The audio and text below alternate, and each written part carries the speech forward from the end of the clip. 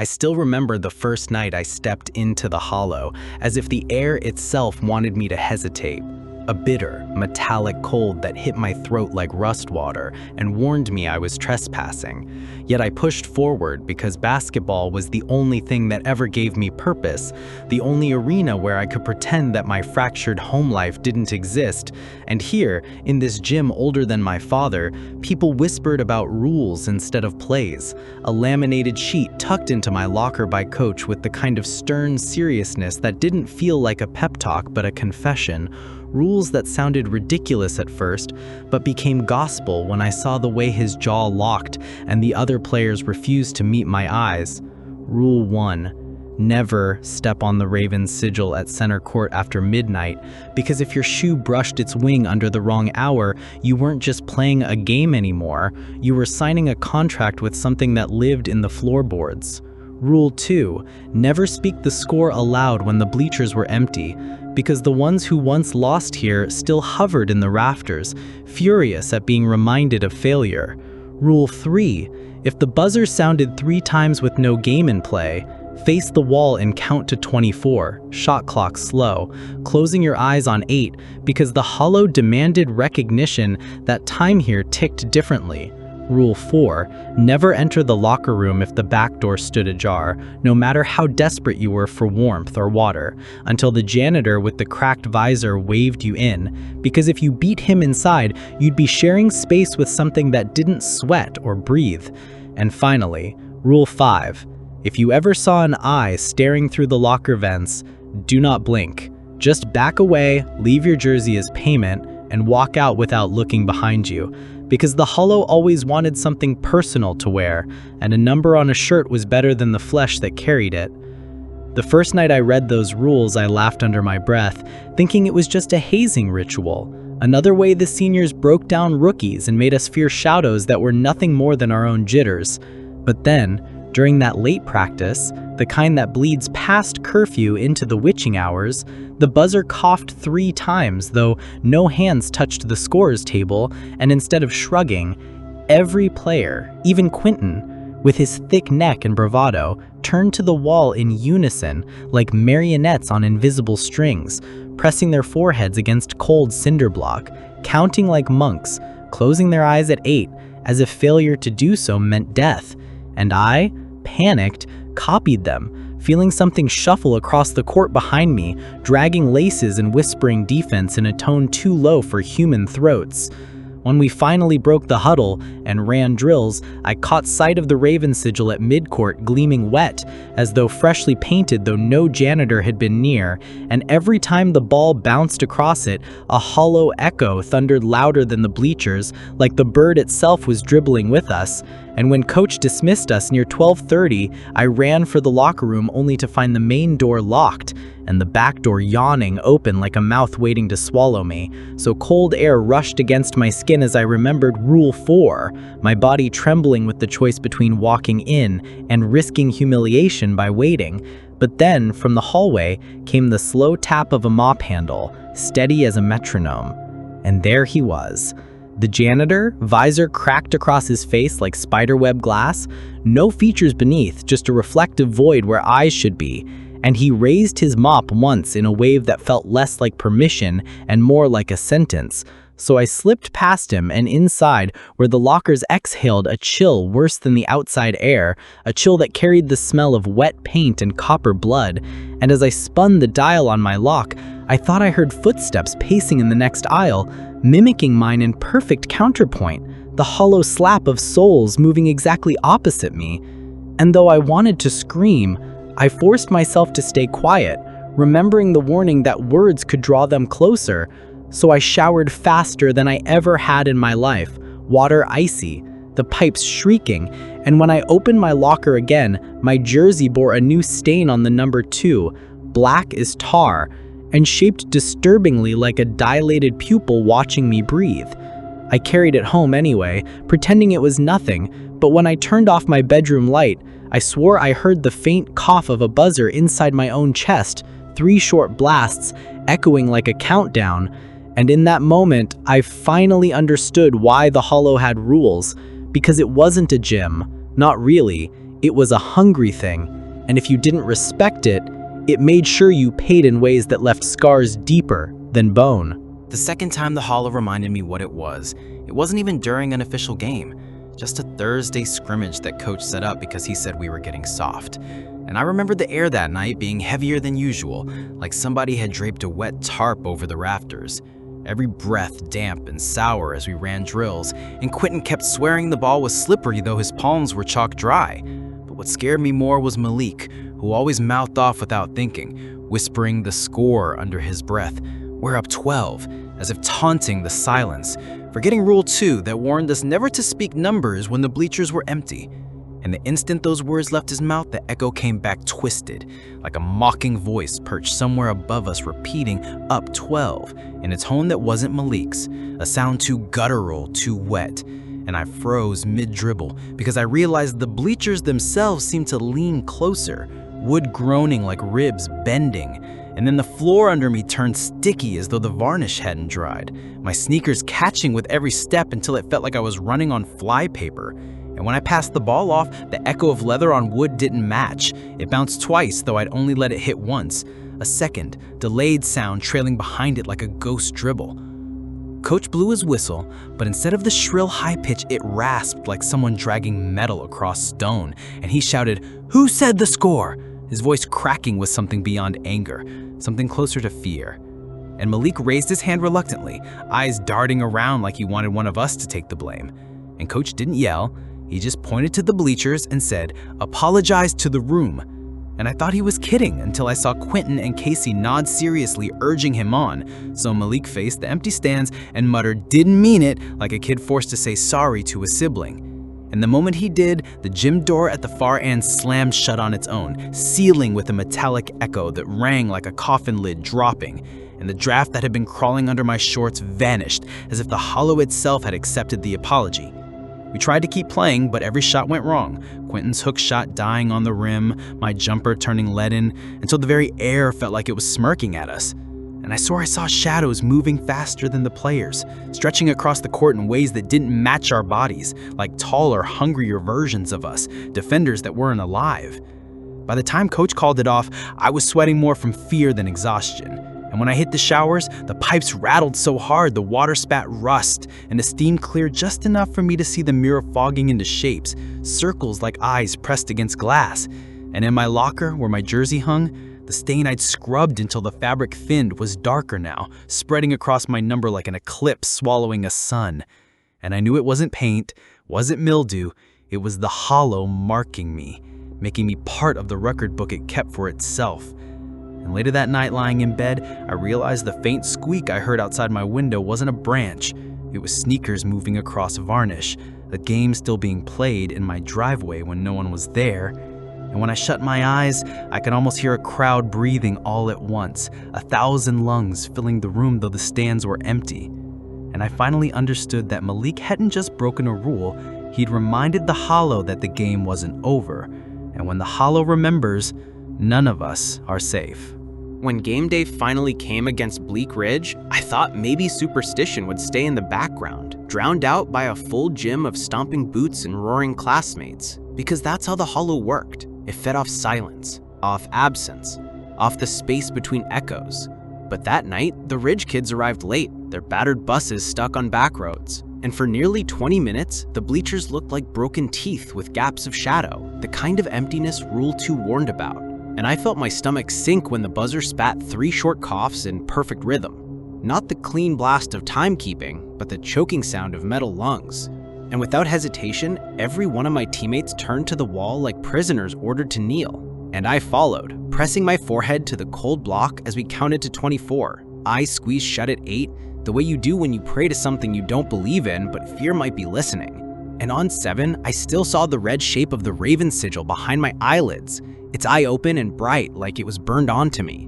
And when 8 came, the blackness deepened, and I swore something traced a finger along my spine through the jersey. Not a hand, not flesh, more like a gust of breath with weight. And by the time I reached 24 and opened my eyes, the Ridge team was jogging in, stomping snow off boots, pretending not to notice the way the hollow had hushed us into statues. But I saw their coach glance at the rafters, like he already knew. We tipped off, I hit my first jumper clean, and for a while it felt normal. Sweat and noise, the kind of storm that keeps demons at bay. Until a kid from the crowd yelled the score, "Ravens up 9!" And the moment those words hit the air, the hollow seemed to twist, the cheer fading into a pocket of silence, and Ridge went on a run, hitting shots that bent physics, banked threes from angles that should have been bricks, the rim forgiving like it wanted to betray us. And Quentin, fighting for a board, came down hard with one foot smearing the edge of the Raven sigil. And instantly he stumbled, ankle turning, cursing as he grabbed for support. And I remembered Rule 1 and felt the blood leave my face. We clawed through anyway, Malik intercepting a pass and drilling a transition 3 that saved us by a single possession. And the buzzer ended it with a cough that somehow sounded like laughter.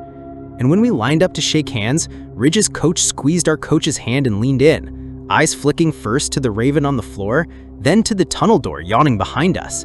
And he muttered, "Your back door's open," in a way that wasn't a warning, but a confirmation, as if he'd seen this before. And my coach's jaw tightened like a man who already knew, like a man who'd spent decades bargaining with something that couldn't be beaten. And sure enough, when we left the court, the back door was cracked, breathing winter, a thin invitation into a place none of us wanted to check, and we huddled in the hallway waiting for the sound of mop tap, mop tap, mop tap, until the silhouette appeared, visor cracked into spiderwebbed lines, no face beneath, just the reflective void of oil-slit glass. And when he raised the mop in a lazy arc, giving permission, we shuffled in single file, shivering, none of us talking about the fact that the hollow had fed again, that it had taken Quentin's ankle and nearly taken the game. And I kept my eyes away from the vents in the lockers, because if something stared back tonight, I wasn't sure I'd have the courage to obey Rule 5, to strip my jersey and walk out half naked. And I wondered as I dressed if maybe this was the real sport here, not basketball, not wins and losses, but survival. Games played against the hollow itself, with rules older than any scoreboard, rules written in paint and sweat and silence. The night after Bleak Ridge, I stopped pretending the rules were just folklore, because by then, Quentin was hobbling around on crutches from an ankle that doctors said was just a sprain, but looked blacker than bruises ought to get. And Casey wouldn't shut up about how he thought he saw fingers curling out of the locker vents when he reached for his shoes. And I kept waking at 3 in the morning to the phantom sound of a buzzer coughing 3 times inside my bedroom walls. But it was the locker room after Rage that sealed it for me.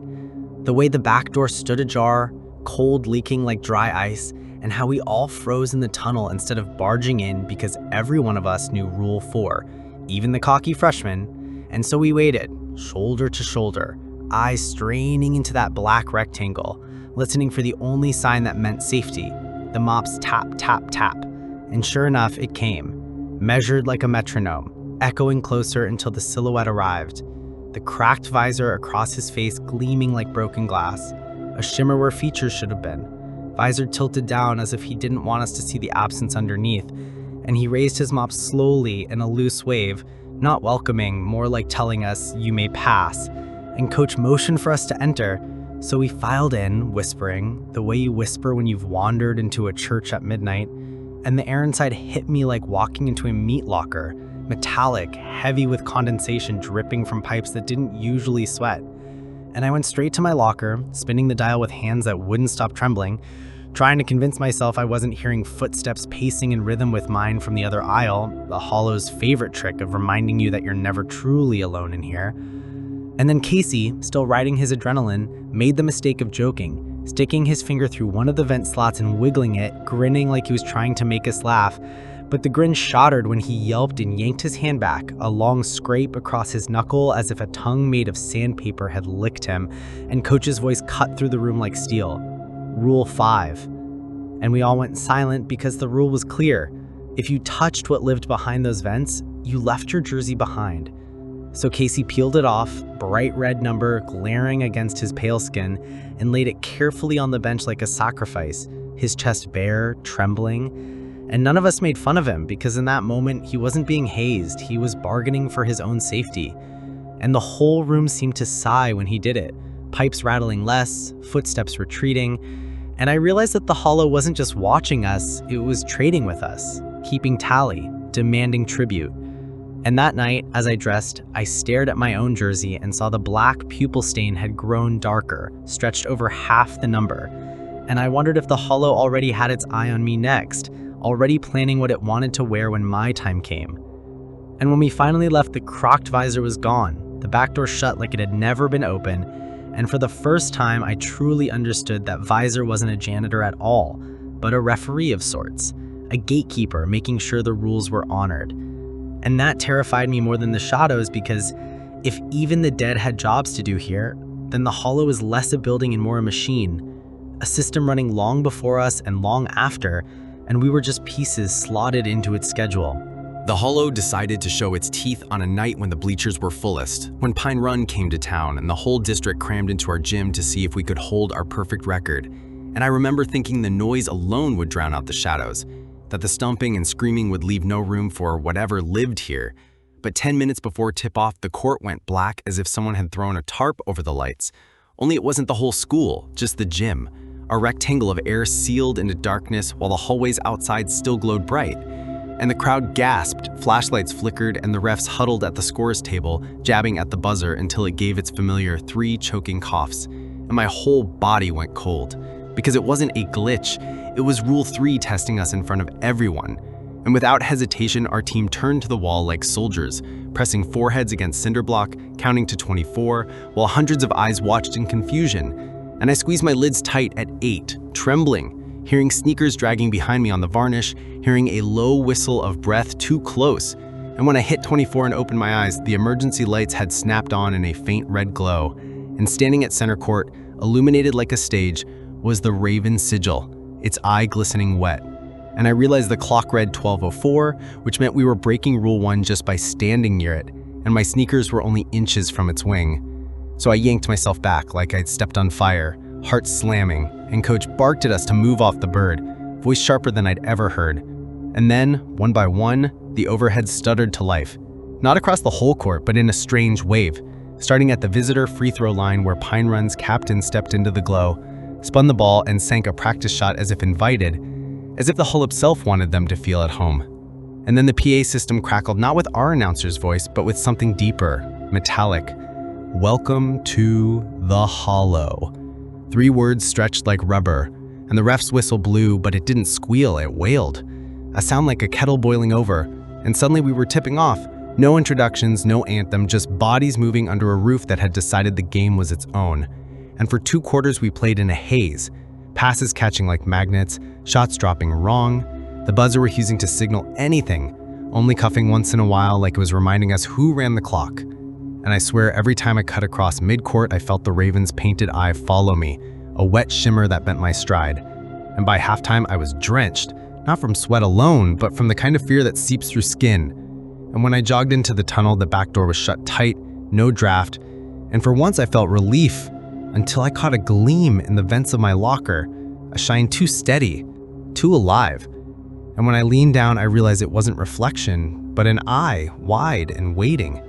And Rule 5 screamed in my head, "Do not blink, do not break, leave something behind," so I held my stare until my throat ached, then peeled my jersey off and laid it on the bench like an offering, trembling in nothing but shorts, grabbing a spare from the equipment shelf, and when I pulled the new fabric over my shoulders, the eye withdrew, the locker silent again. But the thought haunted me through the second half, that I had just traded part of myself to something I couldn't name, that the Hollow didn't want points or wins, it wanted pieces of us. And maybe I'd just bought time while it circled for another bite. After Pine Run, I stopped pretending the Hollow's hunger was confined to the 4 walls of the gym. Because that night, when everyone else piled into cars with leftover popcorn and laughter, I lagged behind, lugging my bag heavy with the replacement jersey that didn't feel like mine. And when I stepped into the lot, the snow was falling thin as ash, the kind that swirls more than it lands. And the mural of the Raven painted on the outside wall of the gym looked sharper, its beak angled downward like it was sighting me through the flurries. And I tried to shake it off, fumbling for my keys, but the air turned dead quiet. No engines, no chatter, not even the hiss of tires on wet pavement. Just me and the echo of my boots crunching. And that's when I heard it, the buzzer, muffled but clear. 3 short blasts from inside the Hollow, though the building was dark. And my stomach dropped because Rule 3 wasn't supposed to follow you into the parking lot. Yet instinct took over, and I found myself facing the windshield of my car like it was a wall, counting under my breath. each number dragging. And on 8, I closed my eyes, heart hammering, breath visible, and something tapped the glass right above where my face pressed the cold, the deliberate pressure of a fingertip tracing a circle. And I wanted to scream, but forced myself to keep counting until 24. And when I opened my eyes, the snow was heavier and the gym door was swinging shut all by itself, creaking like a jaw locking. And I nearly bolted, but my car sputtered 3 times before starting, headlights cutting across the mural where the Raven's painted eye seemed glossier, almost alive. And I drove home slow, every muscle wired, checking mirrors constantly as if something rode in the back seat, because I swear I heard the squeak of sneakers against varnish behind me, faint, just under the hum of the tires. And when I pulled into my driveway, the sound cut off like a switch, leaving only the ticking of the engine. But inside my house, things weren't safe either, because when I dumped my bag, my stained jersey, the one I'd left in the locker room, was somehow folded neatly on top of my dresser. The tar-like pupil stretched wider over the numbers until they were unreadable, and I froze in the doorway staring, telling myself maybe Mom had somehow found it, washed it. But it smelled of varnish and mildew, not detergent, and the air around it was colder than the rest of the room. So I backed away, left it there like a loaded gun, and slept in the basement on the couch with all the lights on. But even then, I dreamed of a crowd breathing in unison, 1,000 invisible lungs filling the dark. And when I woke, the TV was on static, though I'd never touched the remote, the hiss matching the rhythm of sneakers pivoting on hardwood. And in that moment, I realized the Hollow didn't just own the games, it owned the players too. And once it fixed its eye on you, there was no locker door, no cracked visor, no rule that could fully keep it out, because it wanted more than jerseys, more than apologies. It wanted us carrying it home like a disease, spreading it from driveway to bedroom. And the worst part was knowing I'd already invited it in the moment I obeyed its count in the lot, the moment I pressed my forehead to glass instead of running, the moment I treated its rules as law. Because once you kneel to something, once you listen to its voice and do what it says, it never has to ask again. It just takes. By February, the Hollow wasn't just our secret anymore, because word spread through TikTok clips and whispers that Great Hollow's gym was cursed, and rival schools started showing up not just with players and cheerleaders, but with kids holding their phones out, desperate to catch the Raven sigil glowing or the buzzer coughing or a door moving by itself. And I thought maybe the attention would keep the place in check, because evil usually hides, but the Hollow didn't shrink from cameras. It seemed to enjoy them, feeding on every wide-eyed scream when the lights flickered or the bleachers rattled on their own. And I remember one game against Stanton when the snow was thick outside, and their fans packed into the top rows, stomping, chanting, and midway through the second quarter, a group of girls in the band section tried to be funny, yelling the score after a big 3. "Ravens up by 5! And the moment those numbers echoed, the gym went flat, silent. All the noise sucked into the rafters, even the refs pausing, whistles hanging in their teeth. And Stanton drained 3 straight shots that made no sense. One banged from the corner, another rolling around the rim 5 times before dropping. And the crowd groaned like they had all felt it too. The floor tilting, the Hollow adjusting the balance, punishing us for Rule 2's violation. And Coach called time, but he didn't even look at us. He looked at the bleachers, as if daring the silence to undo itself. And when we went back out, every possession felt stolen, like the ball was a coin passing through too many unseen hands. And then Quentin, stubborn, bruised, braced ankle wrapped in enough tape to look like plaster, hammered home a dunk, his first of the season, and the crowd exploded, but I saw his foot land too close to the Raven's wing, a smear of sweat across the paint, and his eyes widened because he knew. And sure enough, 2 plays later he stumbled, grabbing his knee, pain flashing across his face, not from contrict but from nothing at all, as if the court itself had yanked him down. And while the trainers dragged him to the bench, the buzzer screamed 3 times out of rhythm, a frantic cough, and instinct had me turning to the wall, but the bleachers were packed, there was no room. So I closed my eyes on 8 standing in the lane, ball in my hands, pretending not to feel the weight of something brushing past, a presence that wasn't defending but counting. And when I opened my eyes, the ball was gone, stripped by air, rolling across the floor into Stanton's hands. And they scored again, and somehow we fought back into overtime, Malik drilling a desperation 3 that shut the Hollow up for 1 second, just one, and in the chaos I glanced toward the tunnel and saw it. The back door cracked open, no janitor silhouette, no mop, just the black mouth breathing winter. And the crowd too loud to notice, and I felt the pull in my gut, the dare to step in to check what waited. But I stayed rooted, sweat freezing on my back, telling myself Visor would come if we survived. And when we finally won in overtime, the scoreboard stuttering like it wanted to change the numbers, I jogged into the tunnel half expecting the door to slam or hands to reach out. But instead, Visor appeared late, Visor gleaming with that fractured glass sheen, mop topping in the old rhythm, and he didn't wave us in, didn't even shake his head, just stood there while we stripped off our jerseys in the hallway, bare-chested in the draft, laughing too hard, voices cracked, because we had survived again, but the laughter tasted like blood. And in the back of my mind, I knew the Hollow wasn't angry at Stanton, or the fans, or the refs. It was angry at us, the team that dared to win inside it. And each victory was just another debt piling higher, waiting for the collection game none of us wanted to play. Overtime in the Hollow isn't like overtime anywhere else, because it feels as though the building itself stops breathing, every cheer muffled, every bounce heavier, like the court is weighing you, measuring what you've already given and what more it can take. And against Stanton, it felt personal, as if the Raven sigil itself was glaring at me under the glossy lights, daring me to step across its wing and break Rule 1. But I forced myself to hug the edges of the paint, keeping the bird in the corner of my eye while Stanton took the tip and we traded bricks, both teams rattled, though I swear the Hollow was only letting certain shots fall, bending physics so that bank shots from impossible angles rolled in while wide open layups for us clanged out. And when their guard tried to break me down with 30 seconds left, I stripped in clean, ball popping loose like it wanted me to have it, and I took off, the lane yawning open, crowd surging, the whir so heavy it shook the bleachers, and for a split second, I thought maybe the Hollow was giving me a gift, letting me be the hero. But as I planted my right foot, the floor turned slick, a film of sweat or water that wasn't there a heartbeat ago, and my knee screamed as I skidded, nearly buckling, flinging the ball sideways in desperation to Malik, who caught, rose, and drained a three so pure the net snapped like a whip, and we were up, though nobody dared say it, Rule 2 still humming in the back of our throats, and Stanton's coach called time, but the ref's whistle didn't sound, just the puff of air, like the pee inside it dissolved, and we huddled, coach's face pale, telling us, don't say it, don't even think it.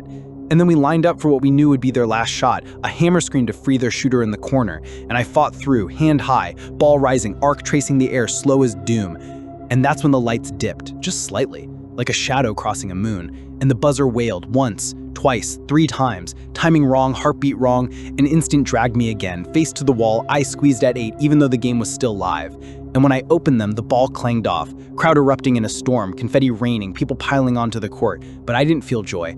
I felt watched, like the buzzer's cough was laughing, like the Hollow had allowed us this win the way a predator allows prey to slip free once so it can be hunted again later. And in the chaos, I turned toward the tunnel and saw the back door cracked wider than ever before, not a sliver but a full gape, and the winter air spilling through was thick with fog, curling like smoke, and my legs itched to run, to see what waited inside, but then Visor appeared, mop raised, visor cracked and gleaming, only this time he didn't wave, he shook his head once, a slow, deliberate no. And my skin crawled, because if even he, the gatekeeper, the Hollow's janitor of rules, was warning me back, then whatever was through that door wasn't meant to be seen by players still wearing skin. So we stripped again in the hallway, jerseys slapped on benches like offerings, laughing too loud, trembling in the cold draft, and all I could think was how close I'd come to slipping. How if Malik hadn't caught my desperation pass, maybe it would have been me lying on the Raven's eye broken, offered up.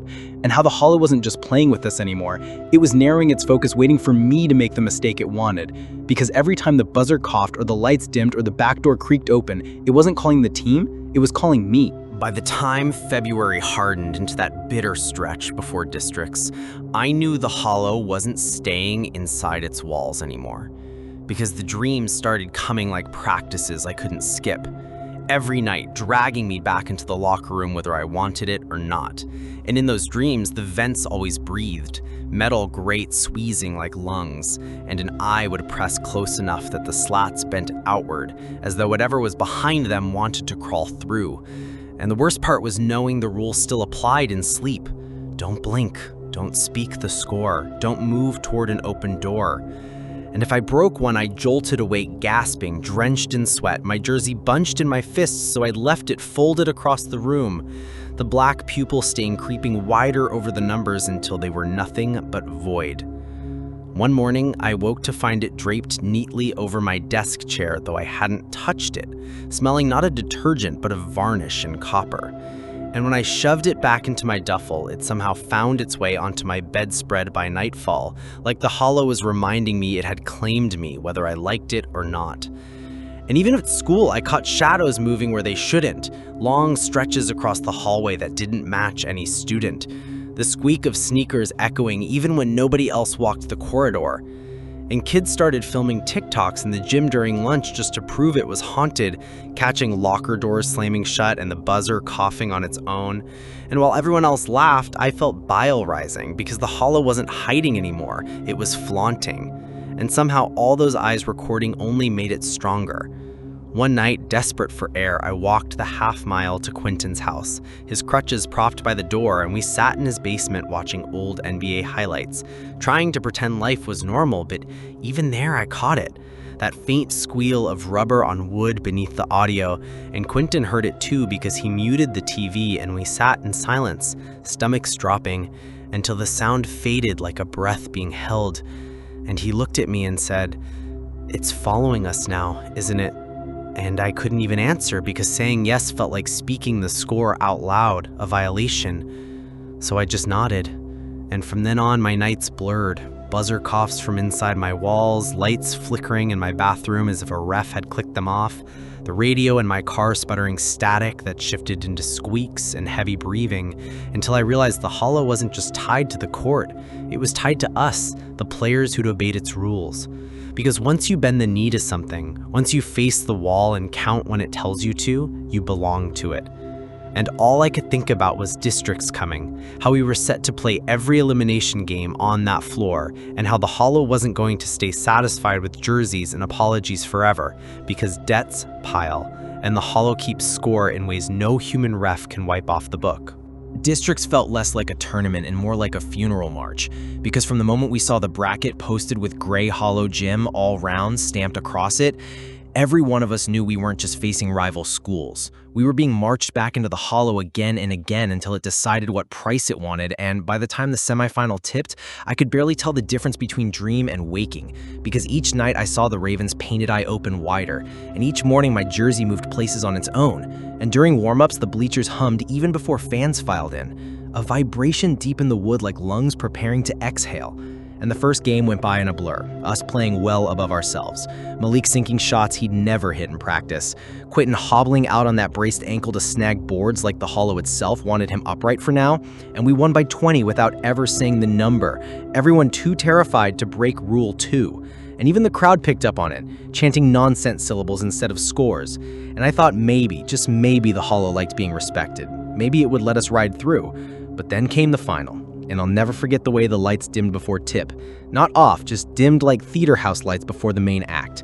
And the Raven at center court gleamed wet, and I forced myself to circle around it even though my defender laughed thinking I was spooked. But the truth was Rule 1 had saved me too many times. And halfway through the second quarter, tied game, the buzzer spat 3 ragged coughs. An instinct made me spin toward the wall, forehead pressed against cinder block, eyes squeezed on 8. But this time the whole crowd followed, like the rules had infected everyone. Thousands of people counting in unison, and the sound of sneakers shuffling in the silence made my bones ache. Because it wasn't just us on the court anymore, it was others. Older, long gone, playing right beside us. And when 24 ended, the lights popped back and the game continued as if nothing happened. But from then on, the hollow was in control. Shots dropping or rattling out based not on skill but on some hidden tally, until with 10 seconds left, tied again, coach refused to call timeout, shoving the ball into my hands because he knew it wasn't about plays anymore. It was about obedience, about seeing if I'd learned. And as I dribbled up, I felt every rule pressing in on me. The Ravens' eyes staring, the buzzer twitching, the vents whispering, the back door yawning open in the tunnel with fog curling from it like breath. And I knew Visor wouldn't come this time, because this was my test, my debt. And I crossed midcourt, heart slamming, Malik screaming for the ball, Quentin limping into position, and I drove left, then spun right, pulling up just inside the arc. And in that frozen heartbeat, the buzzer coughed once, twice, daring me to break form, and I did the only thing I could. I closed my eyes on 8 in my head, the way the hollow had taught me, and let the ball fly. And when I opened them again, it was sinking clean through the net. The crowd exploding, confetti cannons popping, our bench storming. But under the roar, I heard another sound. Deeper, satisfied. The sound is something marking the score in its own book. And as I stumbled back, arms raised, I looked toward the tunnel and saw the cracked visor gleaming one last time, the silhouette raising its mop in a slow wave, not of permission, but of farewell. And then the back door shut tight. No fog, no draft, nothing but cinder block and silence. And we were champions, at least on paper. But inside I knew we hadn't beaten anything. We had only played the Hollows game to the end, and given it what it wanted. A victory it could keep forever, etched in wood and breath and blood. And later that night, when I unzipped my bag at home, my jersey lay folded neatly inside. No stain, no pupil, number clean as the day it was printed. And I should have felt relief, but instead I felt hollow myself, because I understood then that the eye had only moved from fabric to flesh. And every time I close mine, I still feel it staring back, waiting for the next season, the next game, the next fool who thinks rules in a gym are just superstition. And if you ever find yourself in Gray Hollow after midnight, remember this: you're not playing basketball. You're playing for your life. And the Hollow always keeps score. And that's where I'll leave you for tonight. Playing for Gray Hollow wasn't about trophies or banners. It was about survival. We weren't ball players in that gym. We were offerings, debt collectors, pawns in a game the Hollow had been running long before us. Maybe we won a championship on paper, but deep down, I know the Hollow was the one keeping score. If you ever find yourself in an old gym after midnight and the buzzer coughs 3 times, don't wait to find out what comes next. Turn, count, leave, because the Hollow never forgets its players. If you enjoyed tonight's tale, check out more terrifying stories right here on Echoes After Midnight. Don't forget to subscribe, like, and hit the bell so you'll never miss what waits in the dark after the final buzzer.